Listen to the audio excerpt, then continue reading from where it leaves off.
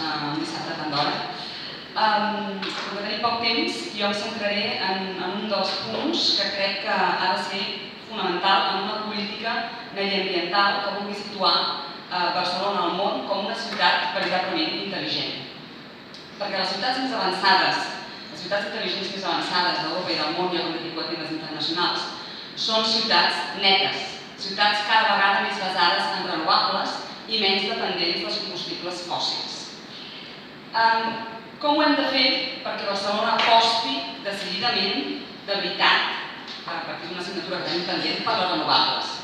I molts de vosaltres em direu, a veure, això no pot ser perquè el marc legislatiu espanyol ens ho posa molt difícil, no tenim marge de maniobra, etc.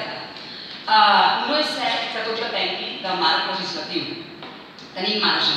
De fet, el que ens falta és voluntat política i és el que fins ara ha demostrat no tenir l'Ajuntament Colau.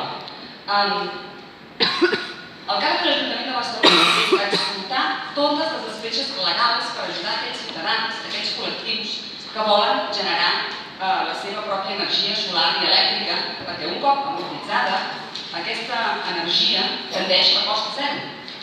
Pensem que en darrer terme, el sol i el vent no cobren factura a ningú. I això és possible. I ja tenim una iniciativa que s'assembla a les iniciatives que trobem, per exemple, a Copenhagen, i la trobem aquí a Catalunya, a la Noia, que es diu 8